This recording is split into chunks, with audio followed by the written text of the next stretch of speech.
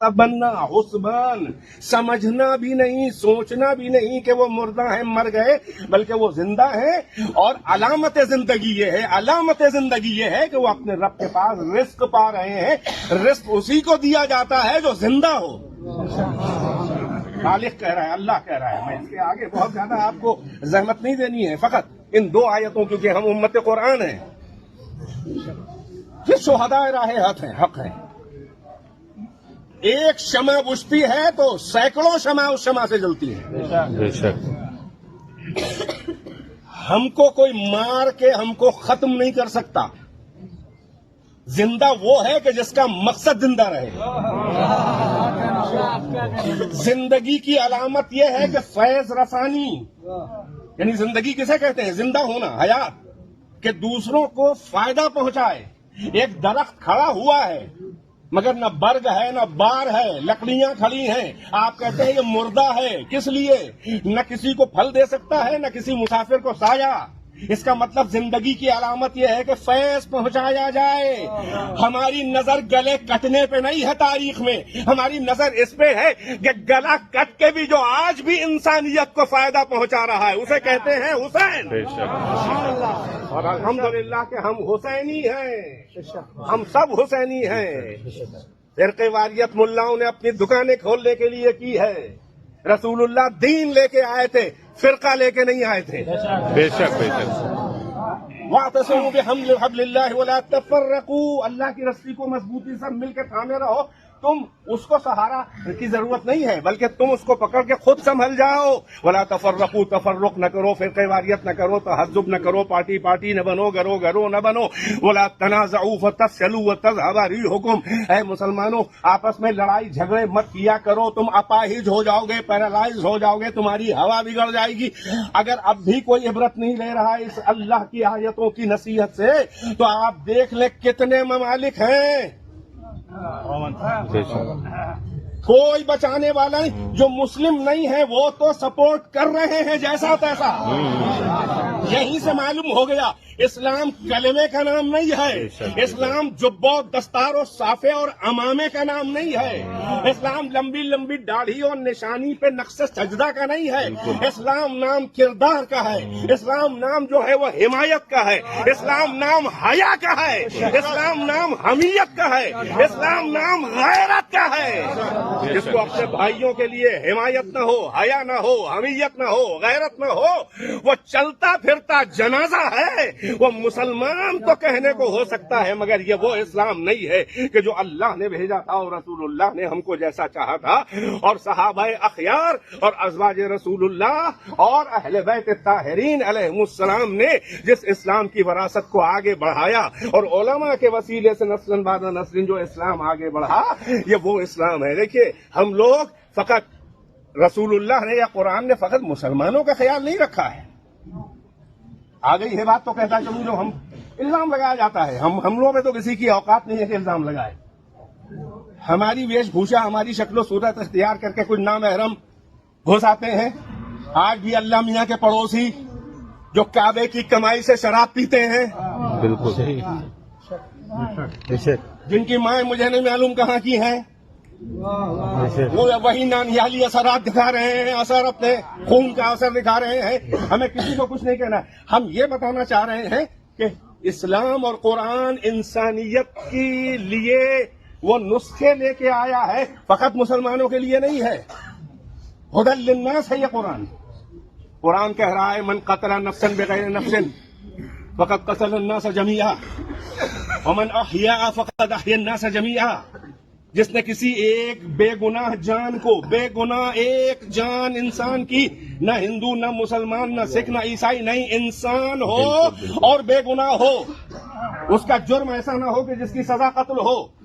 کسی انسان کو بے گناہ کی جان، کسی انسان کی، بار بار سن لیے، مسلمان نہیں، کسی نے بھی کسی انسان کی، چاہے جان لینے والا مسلمان ہو اور جان جس کی لی گئی وہ مسلمان ہو، اگر جس کی جان لی گئی اور جس نے جان لی وہ بے گناہ کی جان لی تو اس نے ایک جان نہیں لی، فقط قتل الناس جميعا، تو اس نے حقیقت میں ساری انسانیت کو قتل کر دیا. بالکل. اب اس سے بڑا پیغام انسانیت کس دھرم میں ہے؟ دکھاؤ بھائی.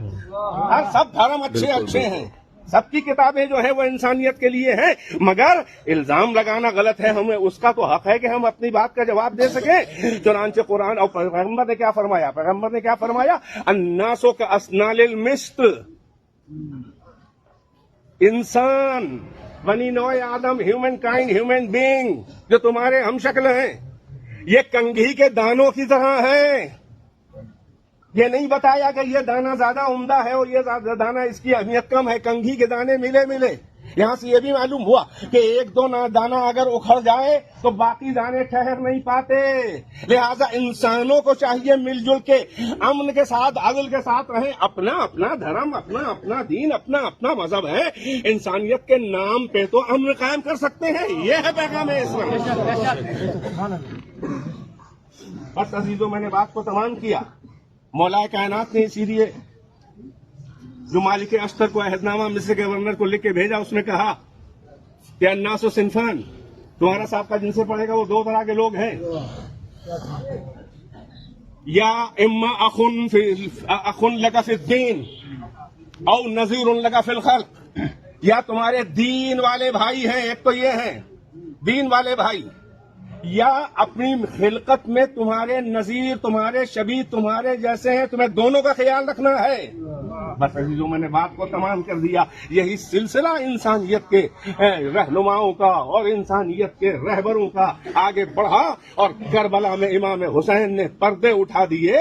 حسین نے وہ کمال کر دیا ہے کہ فقط کوئی نہیں کہہ سکتا کہ حسین فقط اسلام کے لیے نہیں. حقیقت میں اگر حقیقی اسلام ہو وہی انسانیت ہے، جو انسانیت ہے وہی اسلام ہے.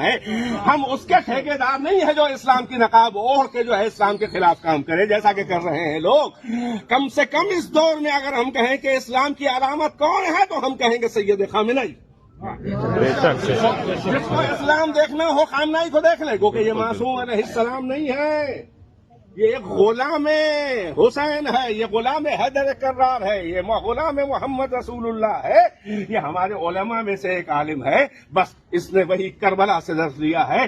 صدیوں کے تجربے کے بعد یہ ثابت ہو گیا کہ اگر ظلم کے خلاف حوصلہ ہے کسی کے پاس تو حسین کے پاس تھا، اور جس کو ظلم و ظالم کے خلاف علم بغاوت بلند کرنا ہے اسے کربلا سے جڑنا ہوگا. آج کا تجربہ بھی یہی بتا رہا ہے. بس عزیزو، جان دے دی اس نے، اس کے لیے دی ہے سنی شیعہ کرنے والوں کے لیے. آج بھی سوشل میڈیا پہ کچھ شیاطین نہیں مان رہے ہیں، مگر الحمدللہ اگر وہ 10 ہیں تو کئی لاکھ ایسے ہیں کہ جو حق بول رہے ہیں. البتہ وہ خاندانی شیعہ نہیں ہے. اس مسئلے میں اکثریت ہمارے برادران اہل سنت کی ہے. اسی لیے کہتے ہیں حسین وہ نقطہ اتحاد ہے کہ فقط مسلمان ہی ایک نقطے پہ جمع نہیں ہو سکتا حسین کے ساتھ، بلکہ ساری انسانیت اگر چاہے تو حسین سے درس لے کے جمع ہو جائے. سیاسی سال کے بوڑھے نے یہی کمال دکھا دیا. حسین نے کہہ دیا تھا مثلی لا یبایع مثلا، میرا جیسا اس کے جیسے کی بیعت نہیں کرے گا. تو خامنئی نے سچ کر دکھا دیا.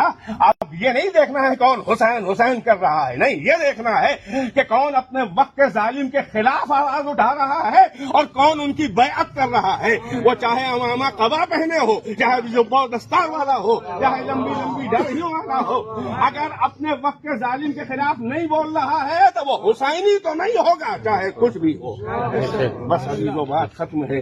اس مرد مجاہد نے آخری زندگی تک شہادت کہتے ہی اسے ہیں کہ انسان آخری سانس پر بھی دین حق کی شہادت دے کہ ہم حق پہ مرے ہیں، ہم توحید پہ مرے ہیں، ہم رسالت میں مرے ہیں، ہم ولایت و امامت پہ مرے ہیں، ہم انسانیت پہ مرے ہیں. بس ایک جملہ کہہ دوں تاکہ آپ کے دل دردمند اور آپ کی آمادہ آنکھوں میں شاید نمی آ جائے. حسین کا ماننے والا تھا. وہ بڑے بڑے کلسٹر بم، وہ بھی 52 یا کیا اس کا نام ہے، جو 60 فٹ تک کے B2 بامبر 60 فٹ تک کے جو تہس نہس کر دیتا ہے. ایک نحیف لاغت کے لیے ایسے ایسے بم گرائے گئے ہیں، ہم کہہ نہیں سکتے. جنازہ شاید کوئی دیکھ بھی نہ پائے. سوچو کیا حال ہوا ہوگا اس بوڑھے حسینی کا. بس یہیں سے کربلا تک ذہن چلا جاتا ہے. ایک حسین بوڑھے 71 جنازے اٹھانے والے کے سینے پہ بھاری بھاری گھوڑوں کی ٹاپوں سے سینہ روندا گیا. گیا حسین کا. خامنئی کے بچے بھی مارے گئے, حسین کے بچے بھی مارے گئے, بس فرق یہ ہے کہ ان کے بچے ساتھ میں مار دیے گئے, مگر حسین تو اپنے بچوں کا جنازہ اٹھا رہے تھے. کبھی جواں اکبر کا شبیہ رسالت کا جنازہ زمین سے اٹھایا, کبھی دودھ پیتے ہوئے شیرخوار اصغر کا جنازہ, بلکہ ہاتھوں ہی پہ جنازہ پڑ گیا. حسین انا للہ و انا الیہ راجعون کہتے رہے. حسین نے اپنی جان دے دی, مگر صبح قیامت تک حسین ہر آزاد انسان کے لیے, ہر مومن کے لیے یہ منار ہدایت بن گئے ہیں کہ اگر حسین کے در پہ آ جاؤ گے تو تمہیں اللہ بھی مل جائے گا, رسول اللہ بھی مل جائے گا, علی بھی مل جائے گا, دین بھی مل جائے گا, قرآن بھی مل جائے گا, اسلام بھی مل جائے گا, اور انسانیت بھی اگر ملے گی تو حسین کے در پہ.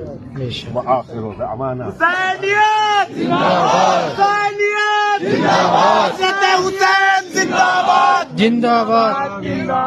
بس ایک آپ سے میرا ایک جملہ ہے, ایک آپ سے نعرہ ایک دفعہ لگواؤں گا یا 3 دفعہ لگواؤں گا, اس کے معنی بتائے دے رہا ہوں کیونکہ عربی میں ہے.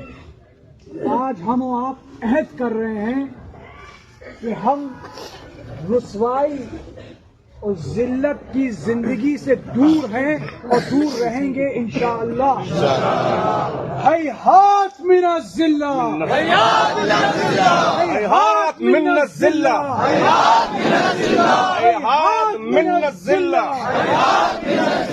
اب آپ سے گزارش ہے کہ بہت ہی امن و آشتی اور اخوت اور بھائی چارے سے آپ اپنے اپنے گھروں جائیں اور ضرور ان باتوں پر غور کریں جن سے ان کی روح شاد ہو, اور جن کے یہ غلام تھے ان کی سنت کا درس پڑھیے, کیونکہ ان لوگوں کے اعمال نے کبھی کسی کو دکھ نہیں پہنچایا. وآخر دعوانا ان الحمد للہ رب العالمین. ایران زندہ باد.